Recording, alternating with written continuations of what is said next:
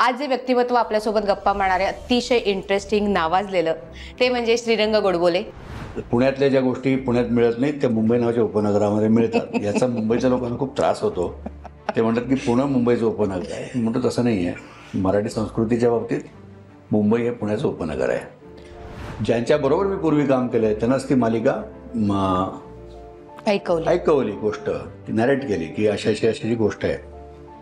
तर ते मला असं म्हणाले, चॅनल हेड होते ते म्हणाले की गोष्ट अप्रतिम आहे, पण रंगासर एक काम करा, तुम्ही गोष्ट ना खराब करून घेऊन या। अन्न, वस्त्र, निवारा, डेटा, केबल कनेक्शन आणि टीव्ही ह्या माणसाच्या मूलभूत गरजा आहेत। एक वेळ अन्न, वस्त्र, निवारा नसेल तरी चालेल, पण स्मार्टफोन आणि टीव्ही लोकांना लागतो।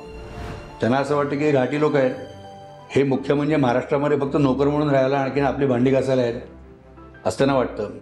त्यांच्याकडे एखादा क्रिएटिव्ह एलिमेंट असतो, फार विश्वास नाही आहे। पूर्ण एपिसोड पाहण्यासाठी आत्ताच डाउनलोड करा अल्ट्रा झकास मराठी OTT ॲप।